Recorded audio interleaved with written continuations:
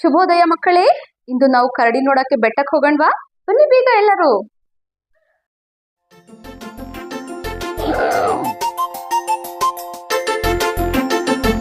ಕರಡಿ ಬೆಟ್ಟಕ್ಕೆ ಹೋಯಿತು, ಕರಡಿ ಬೆಟ್ಟಕ್ಕೆ ಹೋಯಿತು, ಕರಡಿ ಬೆಟ್ಟಕ್ಕೆ ಹೋಯಿತು ನೋಟ ನೋಡಲು.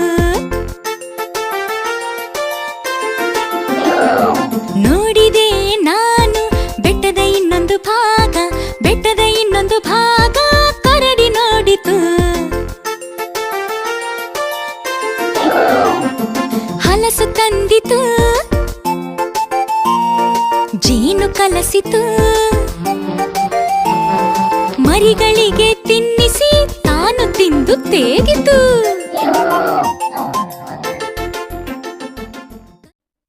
ಪುಟಾಣಿಗಳೇ, ಕರಡಿ ಬಹಳ ಮುದ್ದಾಗಿತ್ತಲ್ವಾ? ಎಲ್ರೂ ಅದ್ರ ಪದ್ಯನ ಚೆನ್ನಾಗಿ ಅಭ್ಯಾಸ ಮಾಡಿ. ಧನ್ಯವಾದಗಳು.